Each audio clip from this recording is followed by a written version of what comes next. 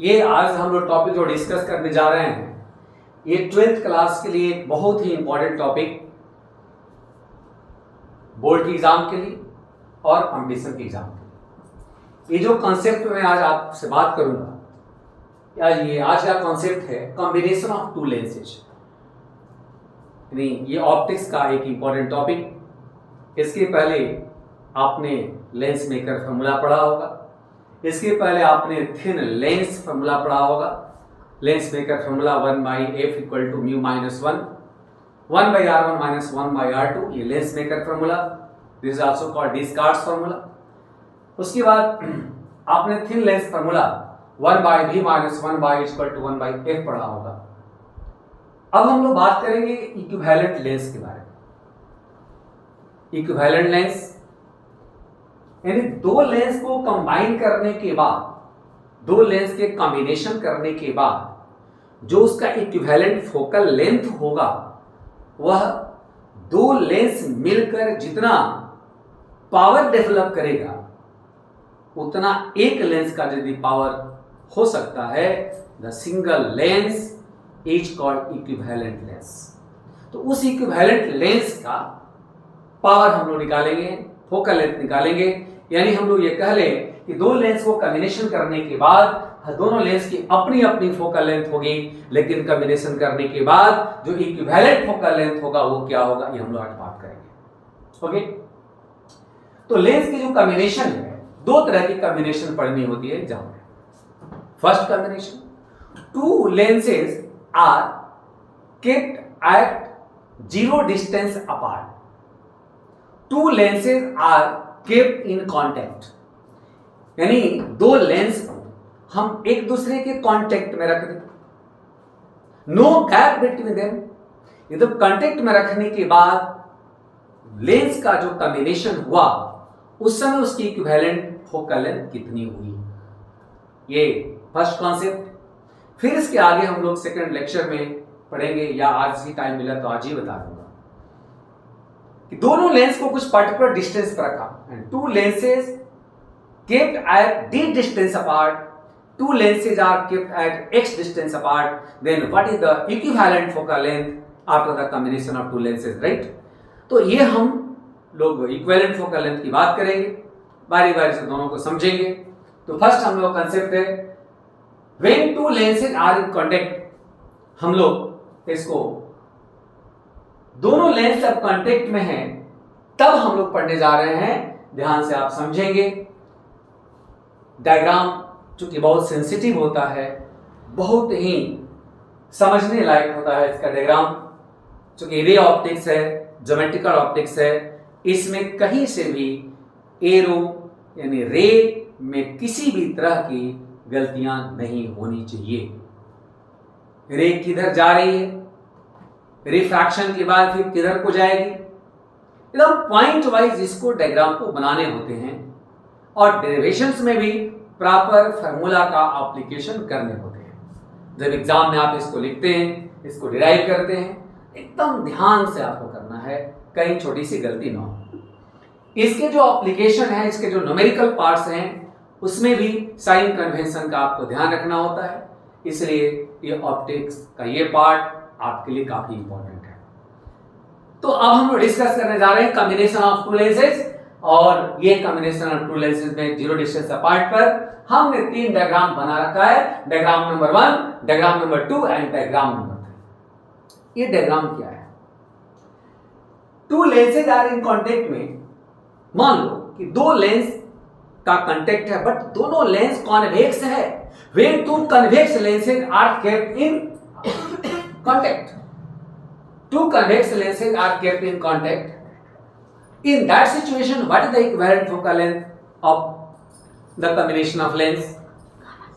Second, when two concave lenses are kept in apart, when two concave lenses are kept in contact, then what is the equivalent focal length after the combination? Combination करने के बाद equivalent focal length कितनी होगी, ये दो concave lens का concept है, ये डायग्राम है। और this is third diagram, one convex and second concave. Concave convex lens के कॉम्बिनेशन से इसका कॉम्बिनेशन करने के बाद फिर इक्विवेलेंट फोकल लेंथ कितनी होगी।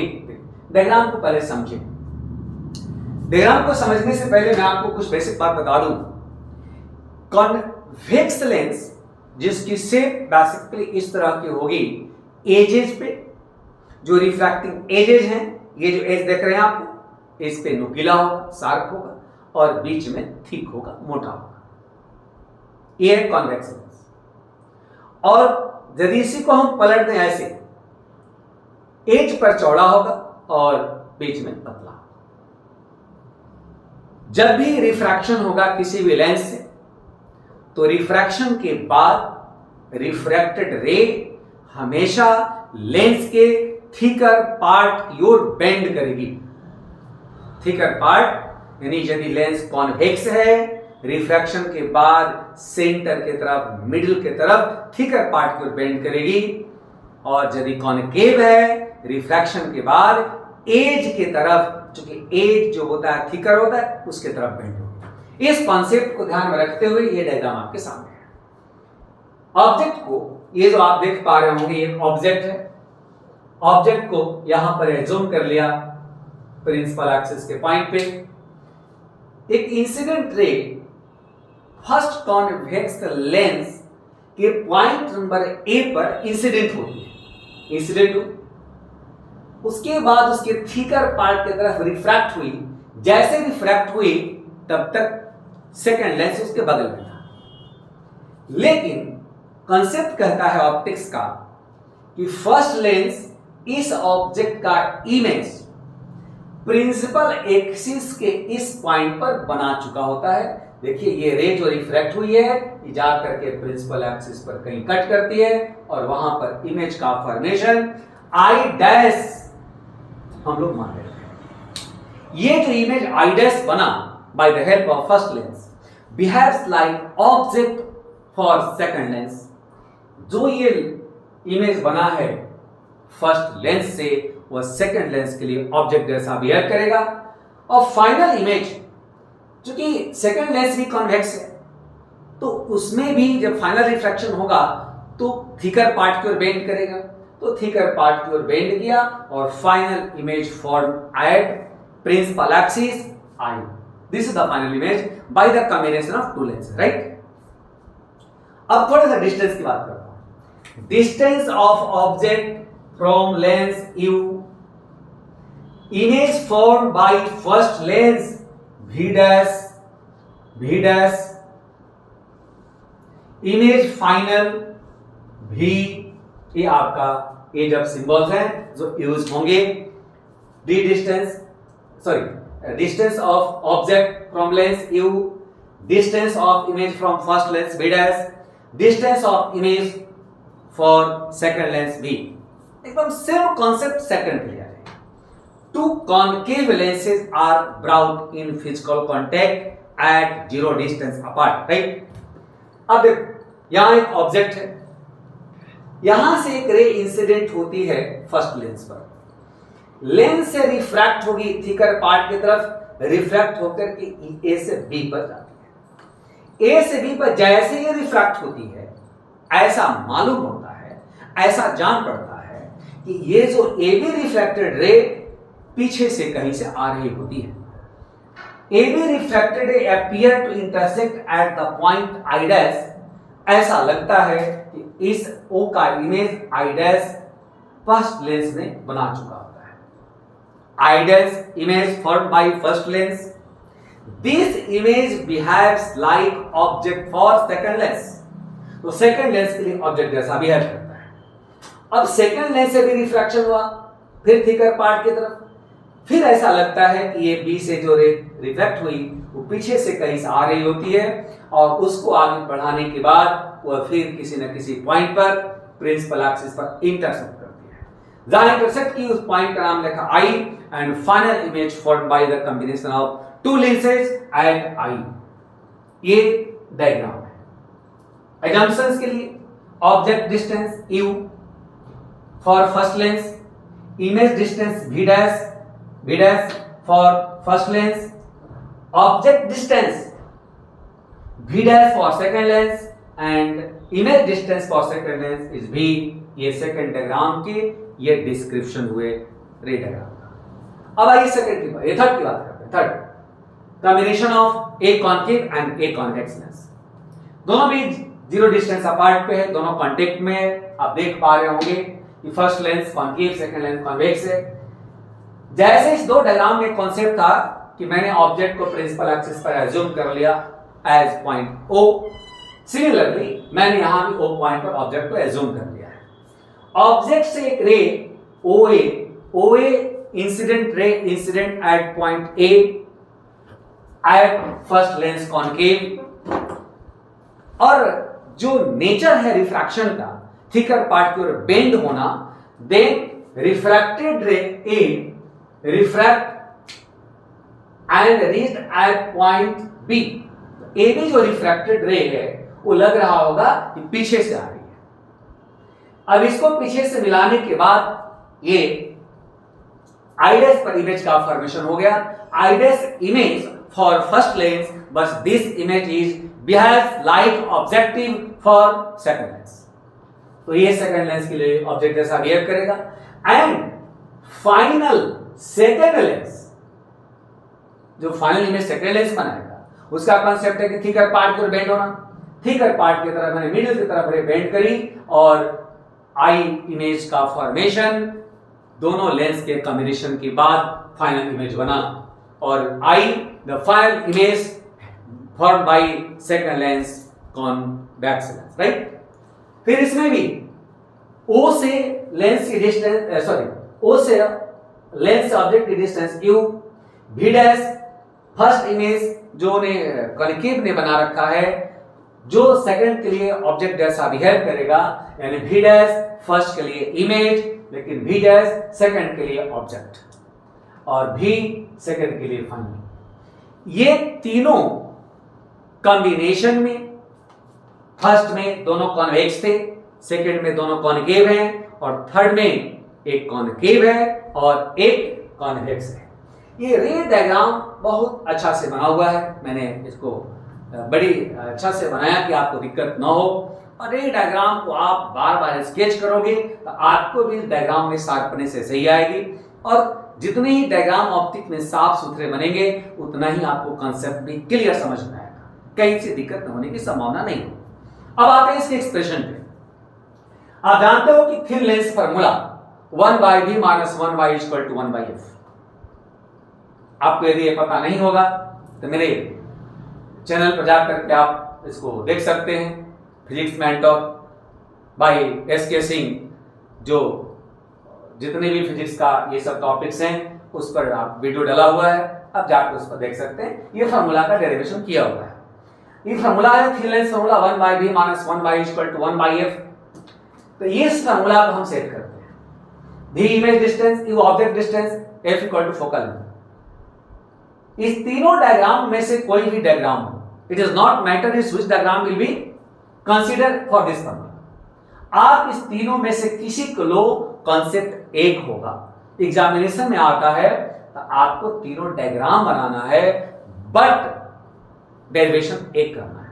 हाँ, एग्जाम में यदि पर्टिकुलरली ऐसा लिखा हुआ है कि नहीं, दो कॉन्केव का आप बताओ या दो कन्वेक्स का कॉम्बिनेशन का बताओ, या एक कॉन्केव है कन्वेक्स का बताओ, तब उस समय आप एक पर्टिकुलर डायग्राम को बनाओ। लेकिन कहता है कि reduce the expression for equivalent focal length after the combination of two lenses at zero distance apart in contact. तो आप तीनों को डायग्राम बनाओगे और तब डेरिवेशन स्टार्ट करोगे। ओके, ये बात समझ में आ गई होगी। अब आगे फर्स्ट लेंस की मैं बात करता हूं। फर्स्ट लेंस के लिए इमेज डिस्टेंस है v डैश, इमेज डिस्टेंस पर 1/v डैश यहां लिखा हुआ है।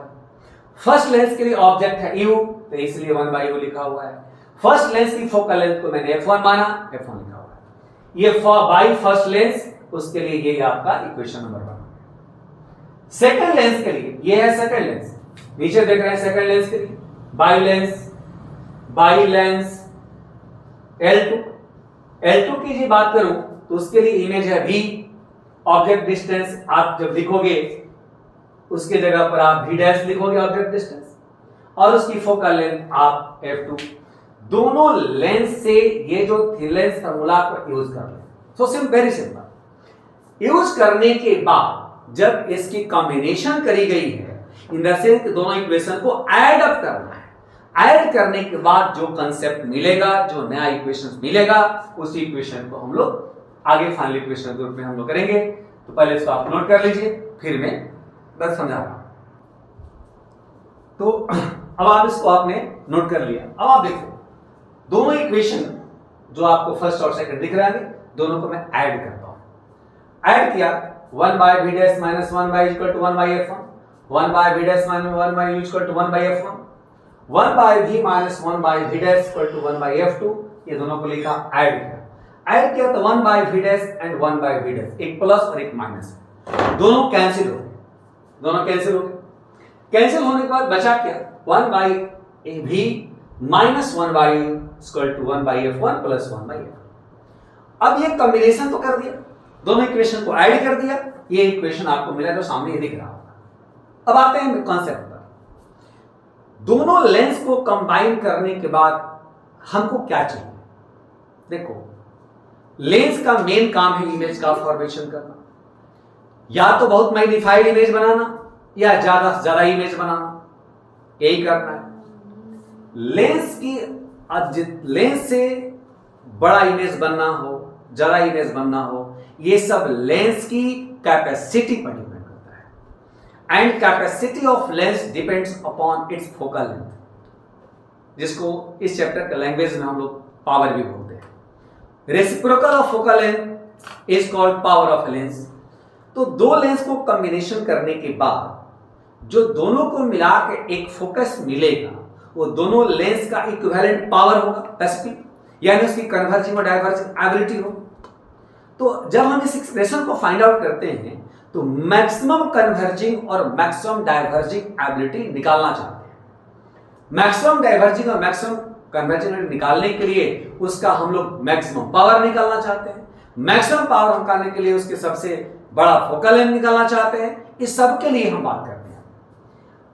हम जानते हैं कि when object lie at infinity in front of a lens, then image formed by the lens at focus.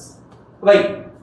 When object U kept at infinity, object को यदि infinity पर हम मान लिया, the image formed by the lens equal to f, where f equal to equivalent focal length of equivalent lens। ध्यान रखना। तो 1 by v 1 by f, u की जगह पर इन्फिनिटी, ऑब्जेक्ट का साइन नेगेटिव होता है इसलिए नेगेटिव लिखा गया। 1 by f1 plus 1 by f। अभी आया 1 by f equal to 1 by f1 plus 1 by, ये बचा। यानी दो लेंस के कॉम्बिनेशन करने के बाद जो इक्विवेलेंट फोकल लेंथ का जो एक्सप्रेशन मिला 1 by f equal to 1 by f1 plus 1 by f2, this is the final equation, equation number 3। ये दो लेंस का। बट मैं आपको बात और समझा दूं, ये एक्सप्रेशन जो आपने डिराइव करके लाया, बट जब न्यूमेरिकल्स बनाओगे, न्यूमेरिकल को सॉल्व करोगे, तो सॉल्व करते टाइम पर जब भी कोई लेंस आपको मिला, one lens, second lens, this lens, that lens, sign convention use करना नहीं भूलना। फॉर्मूला तो ये मिल गया, लेकिन दोनों लेंस, यानी फर्स्ट केस में दोनों लेंस कॉनकेव, सॉरी कन्वेक्स, तो फोकस इज ऑलवेज पॉजिटिव, दोनों फोकस पॉजिटिव यूज करेंगे। सेकेंड जो डायग्राम था वो दोनों में कॉनकेव था, दोनों कॉनकेव का फोकस नेगेटिव, यहां जब भी आप यूज करेंगे दोनों का फोकस नेगेटिव यूज करेंगे। इसमें कॉनकेव एक कॉन्वेक्स है, एक कॉनकेव एक कॉन्वेक्स है। एक्सप्रेशन में कॉनकेव के लिए नेगेटिव और कॉन्वेक्स के लिए पॉजिटिव यूज करेंगे। फार्मूला याद रखेंगे जरूर, लेकिन इस टाइम कन्वेंशन को भी याद रखेंगे। ओके, अब आते हैं कि मान लो कि खुदा न खास्ते आपको क्वेश्चन में आ गया मोर देन 2 लेंस का combination, lens 1, lens 2, lens 3, lens 4, various lenses are combined in contact. तो आपको डेरिवेशन आप करने की जरूरत नहीं है, आपको एक पैटर्न मिल गया 1 by f1 plus 1 by f। तो मैं यहां लिख चुका हूं for n lenses, that means if n lenses are kept in contact in such a way, जैसे आपका कॉम्बिनेशन किया हुआ है, then 1 by f equivalent, any equivalent focal length of equivalent lens after the combination of n lenses is 1 by f equal to 1 by f1 plus 1 by f2 plus dash dash dash dash dash plus 1 by f1। सभी के लिए formula use कर दोगे, आपका ये focal length निकल जाएगा। अब मैं आपको बता दूं शॉर्टकट तरह से आप याद रखना, देखो ठीक है फॉर्मूला तो आप याद कर जाओ, डेरिवेशंस बोर्ड के लिए और न्यूमेरिकल्स के लिए फॉर्मूला आपको याद रखना है। फॉर्मूला आपको जब याद हो जाएगी तो मैं उम्मीद करता हूं कि आपको सवाल वगैरह में दिक्कत नहीं होगी, क्योंकि साइन करने से यूज करोगे, न्यूमेरिकल बहुत आसानी से बना सकते हो। तो इस थर्ड इक्वेशन से जो थर्ड इक्वेशन आपको मिला 1/f = 1/f1 प्लस 1/f2, ये f इक्विवेलेंट है। एक f इक्विवेलेंट को जब इसको सिंपलीफाई करोगे तो यह आ जाएगा बाबू f2 plus f1/f1 into f2। Simplify करोगे तो प्रोडक्ट बाय सम, इसको आप हमेशा याद रखोगे कि दो लेंस को कॉम्बिनेशन करने के बाद जो इक्विवेलेंट फोकल लेंथ मिला उसका आप फॉर्मूला में या क्या मिला, प्रोडक्ट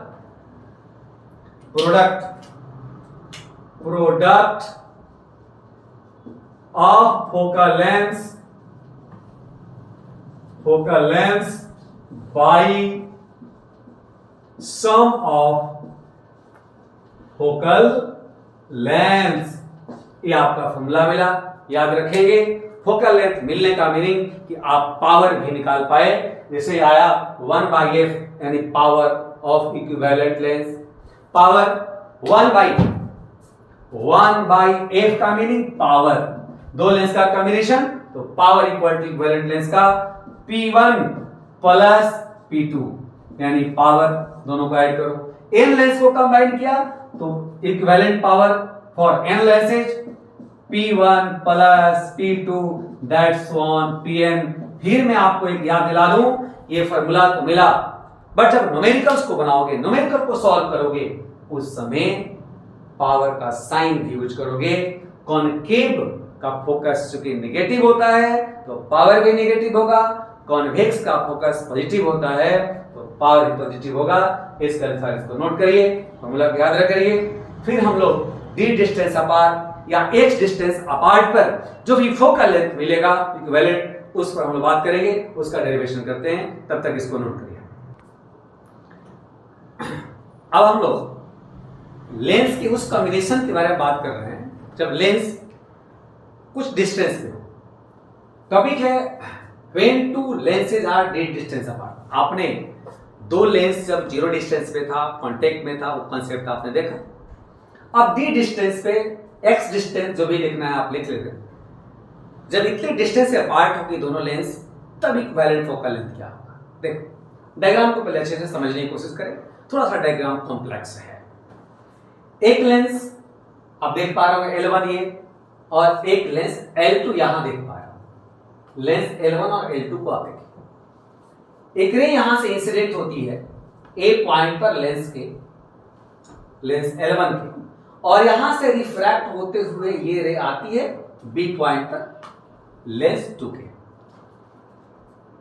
फाइनल इसको रिफ्रैक्ट होकर के आना इधर, लेकिन तब तक ये जो रे आ रही थी AB, ये आ करके कहीं ना कहीं F1 पर मिली होगी, यानी इन्फिनिटी के सामने, इन्फिनिटी पे ऑब्जेक्ट है लेंस L1 के सामने, तो उसके फोकस पर इमेज बनेगा ही बनेगा। तो ये जो इमेज आप देख पा रहे हो B से ये मैं F1 लाइन मिलाया हूं, एक यहां से वर्चुअल इमेज इस F1 पर बना, उस वर्चुअल इमेज को मैं I', लेकिन सेकेंड लेंस L2 उसको फाइनल कन्वर्ज कराया और उसके फोकस पर ये इमेज बना। क्योंकि ये दोनों लेंस काफी करीब है, आप देख पा रहे होंगे। फर्स्ट लेंस के फोकस के अंदर सेकेंड लेंस है, दैट मीन d डिस्टेंस तो है, लेकिन दोनों लेंस भी काफी करीब हैं, कांटेक्ट में नहीं है बट करीब में। तो उस कंडीशन में ये रे ऑलमोस्ट AB प्रिंसिपल एक्सिस के पैरेलल ही होगी और इमेज F2 पर आई फाइनल इमेज बन गया। हमने दिखाया था जब ये रे ऐसे जा रही थी, अपने रास्ते से मुड़ गई कुछ एंगल से, this is called angle of deviation by first lens, Δ1 इसको यूज कर लिया। और A से ये B होते हुए F1 पर लाइन आई, तो ये Δ1 यहां भी अल्टरनेट के पेयर से Δ1 वहां, ओके। अब लेंस टू बी, बी क्या, बी पॉइंट से जब रे रिफ्रैक्ट हुई तो सेकंड लेंस क्या किया, उसको नीचे इधर बेंड कर दिया, फिर डेविएशन हुआ दोबारा सेकंड लेंस से, उसको मैं डेल्टा 2। लेकिन दोनों लेंस को मिलाने के बाद एक नई लेंस जिसकी इक्विवेलेंट लेंस की हम बात कर रहे हैं, हमने इस फाइनल रे को पीछे मिल बनाया और ये जो रेज आ रही थी, इसकी जो इंसिडेंट रे ओरिजिनल पाथ थी, वहां जाके मिलाया और एक इक्विवेलेंट लेंस को एज्यूम कर लिया। ये जो लेंस देख रहे हैं एक्स्ट्रा लेंस, ये एक इक्विवेलेंट लेंस एज्यूम किया हुआ है। अब ये जब इसको मिलाया तो फाइनल डेविएशन को मैंने डेल्टा मान लिया कि इक्विवेलेंट लेंस से डेल्टा का डेविएशन हुआ होगा। दोनों लेंस डेल्टा 1 डेल्टा 2 डेविएशन किए और दोनों को मिला के इक्विवेलेंट लेंस डेल्टा का डेविएशन किया होगा, इसको मैं डेल्टा मान लिया। और डायग्राम में ये हाइट को मैं h1 माना, इस हाइट को h2 माना और इस हाइट को h माना। एक ओके, साइन डिस्टेंस को देखो, फर्स्ट लेंस से ये फोकल लेंथ हो गया f1, ये टोटल देख पा रहा हूं, दोनों लेंस के बीच का डिस्टेंस d। सेकेंड लेंस से इमेज बना है इसके फोकस पर ये f2, ये है इक्विवेलेंट लेंस के फोकस पर इमेज बना होगा ये f, और सेकेंड लेंस और f1 के बीच का डिस्टेंस f1d, यानी total f1 minus d, f1 minus d। Okay, अब आप आइए